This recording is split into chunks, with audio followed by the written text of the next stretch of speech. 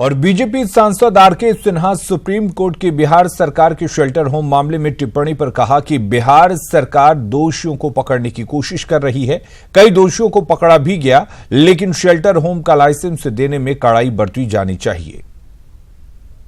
अब supreme court ने अगर कहा है तो मैं उस पर तो कोई टिप्पणी नहीं करूंगा, लेकिन बिहार सरकार तत्परता पूर्वक ही कार्य कर रही है और मैं ये मांग करता हूं कि सिर्फ बिहार सरकार नहीं, पूरे देश भर में किसी भी शेल्टर होम या अनाथालय के लाइसेंस देने के पहले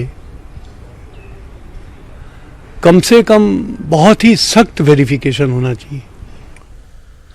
बढ़ेंगे आगे। आरजेडी अध्यक्ष लालू प्रसाद यादव रांची के रिम्स में भर्ती हैं। इधर बिहार में उनको लेकर सियासत तेज हो गई है। बीजेपी और जेडीयू ने गठबंधन धर्म का हवाला देते हुए कांग्रेस पर चुटकी ली है। जेडीयू प्रवक्ता नीरज कुमार ने कहा कि कांग्रेस गुड़ खा रहा है, लेकिन गुलगुल्ला खाने से परहेज कर रही है। वहीं कांग्रेस ने लालू प्रसाद यादव की लोकप्रियता और रिम्स में उनसे मुलाकात के सीमित समय का हवाला देकर सफाई दी है। अब तक कांग्रेस पार्टी के वरीय नेता माननीय राहुल गांधी जी ने अब तक न न्यायपालिका में कोई आवेदन दिया कि हम लालू जी से मिलना चाहते हैं, या बिहार प्रदेश कांग्रेस पार्टी के जो अध्यक्ष हैं उनको तो कम से कम कटसी में जाना चाहिए कि भाई सेकुलरिज्म की रक्षा के लिए भ्रष्टाचारी होना आवश्यक है, हमारा गठबंधन है, तो कम से कम बीमारी की अवस्था में भी उनका हाल चाल पूछने के उनको जाना चाहिए था। एक गुड़ खा रहे हैं, गुलगुल्ला से परहेज कर रहे हैं। देखिए, हम लोग सब कोई चाहते हैं कि लालू जी जल्दी स्वस्थ होकर बिहार आए, स्वस्थ रहें जहां भी उनको है, क्योंकि जिस प्रकार से उनका लगातार श्वास गिर रहा है, हम सभी लोग उनके स्वास्थ्य की मंगल कामना करते हैं। लेकिन कांग्रेस तो कभी परिवार से ऊपर उठी नहीं है, उसको परिवार की ही केवल चिंता नहीं, वो अपने पार्टी के लोगों की चिंता करती है क्या? तो जहाँ गठबंधन दल के लोग की बात है, लालू जी का हालचाल लेने की बात है, ये सब तो दूर की बात है। मेरा तो यही मानना है कि लालू जी जिस आज परेशानी में हैं, इसका भी कोई कारण कोई और है तो कांग्रेस ही है। हमारा महागठबंधन में किस कारण से नहीं आ रहे हैं, बिजी हैं, वह एक अलग बात है, लेकिन जो सम्मान और जो इज्जत पूरे देश में महागठबंधन में विपक्ष में आदरणीय लालू यादव को सभी महागठबंधन के साथी देते हैं, वह शायद किसी को नसीब होगा।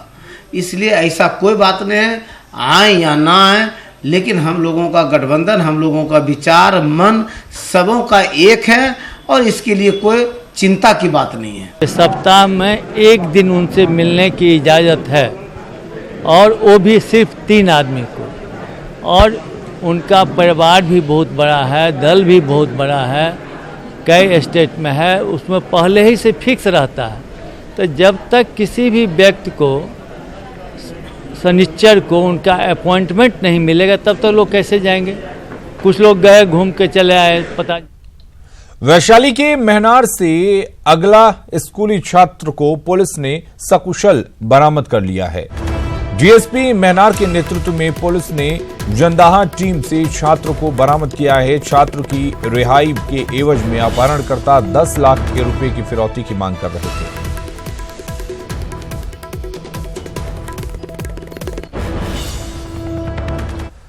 और रुक करेंगे इस वक्त एक बड़ी खबर की। कटिहार से बड़ी खबर है, जहां पर बंधन बैंक कर्मी से लाखों रुपयों की लूट की गई है। लूट के दौरान अपराधियों ने बैंक कर्मी को गोली भी मार दी है। एक बैंक कर्मी की मौत हुई है, एक घायल हुआ है, जबकि पोटिया थाना क्षेत्र की यह वारदात है। घटनास्थल पर पुलिस फिलहाल पहुंची हुई है।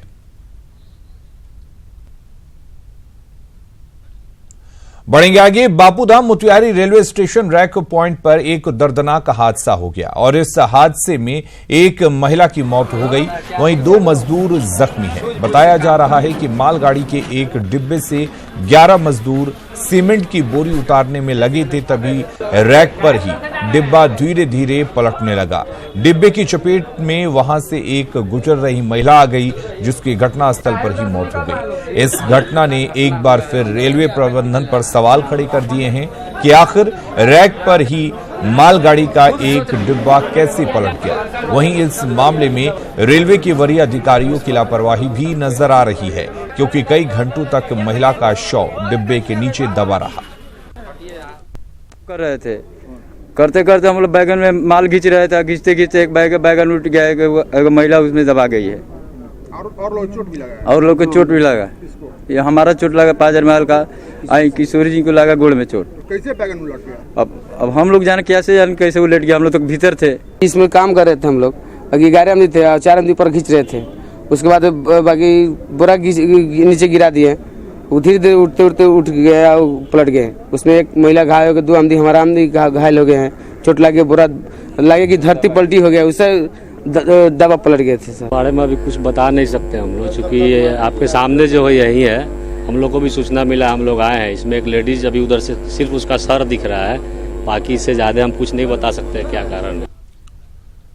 दरभंगा में पुलिस की गाड़ी से रौंदी गई लड़की की हालत गंभीर है, जिसे बेहतर इलाज के लिए पीएमसीएच रेफर कर दिया गया है। दरअसल दरभंगा कमतौल रोड पर कोचिंग से लौट रही रघौली गांव की सोनी एक बाइक की ठोकर के बाद रोड पर गिर गई थी। इसी दौरान पीछे से आ रही कमतौल थाने की गाड़ी ने उसे रौंद दिया। आनन फानन में सोनी को बेहतर इलाज के लिए डीएमसीएच में भर्ती कराया गया। इधर घटना के बाद नाराज लोगों ने दरभंगा कमतौल रोड को जाम कर पुलिस प्रशासन के खिलाफ जमकर नारेबाजी की। पुलिस ने घायल की सहेली के बयान पर मामला दर्ज कर लिया है और आगे की कार्रवाई में जुट गई है। पलट के आ रहे थे, अचानक से उसके पीछे से एक बाइक आई और वो बाइक उसको टक्कर मारते हुए निकल गई, जिसकी वजह से वो लड़खड़ा के नीचे गिर गई और नीचे गिरी। उसके पीछे से पुलिस की गाड़ी आ रही थी, जो उसके ऊपर से होते हुए नीचे पूरे आगे तक गुजर गई। फिर करीब 100 मीटर आगे जाके रुकी और फिर वो लोग उठा के लाए हॉस्पिटल। इस संबंध में जो भी बयान दे रही है उस संबंध में कांड अंकित करके आगे तक कार्रवाई की जाएगी। उनके द्वारा बताया गया है कि पुलिस गाड़ी से पीछे से चढ़ा दी गई है। सुपौल के त्रिवेणीगंज अस्पताल में इलाज कराने गया पीड़ित परिवार अस्पताल की लापरवाही की वजह से दर दर की ठोकरें खाने को मजबूर है। दरअसल त्रिवेणीगंज के मंगल सरकार की बेटी ने खेल खेल में जहरीली दवा पी ली थी, जिसके बाद उसकी तबीयत बिगड़ने लगी। पिता ने आनन फानन में सरकारी अस्पताल में बच्ची को भर्ती कराया, जहां डॉक्टरों ने उसका इलाज शुरू किया। लड़की की जान तो बच गई, लेकिन अस्पताल से बच्ची गायब हो गई।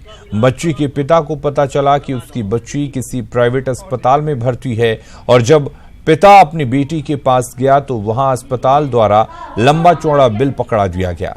मंगल सरकार अस्पताल का बिल चुकाने में असमर्थ है और प्रशासन से न्याय की गुहार लगा रहा है। हॉस्पिटल में मेरा इलाज शुरू हो गया बच्चिया का। हाँ, इसके बाद भूलल भटकल हम उधर थोड़ा 1 घंटे के लिए चल गए कोई काम से। कहाँ पे? त्रिवेणीगंज। हाँ, इसके बाद में सारे अफरोज नाम का जो है वो कब पेशेंट को यहाँ से फुसला उसला के लेके चला गया। कहाँ लेके चले गए? वो अपने क्लिनिक पर। हाँ, रोड से दक्षिण बढ़िया साइड है उसका सर क्लिनिक। हाँ, तो बाद में हमको पहले पता चला जो अच्छा डॉक्टर है, बाद में हमको पता चला जो दलाल है। तो अभी जो है कभी कह रहा मेरा जांच का हो गया 16,000 रुपया जांच का होगा, दवा जो चलेगा उसका अलग से बिल बनेगा। सर पैसा मांग रहा है तब छोड़ेंगे? हाँ, पैसा दीजिए उसके बाद में कोनो काम होगा। हाँ, एक आवेदन है उसको सीओ साहब को भेज रहे हैं जांच करने के लिए। कुछ है कि क्लिनिक में इन्होंने जो है शायद पेमेंट नहीं हुआ है, उसके एवज में अभी जी नहीं मामला ये नहीं है। मामला ये है जो रात में पता चलेगा।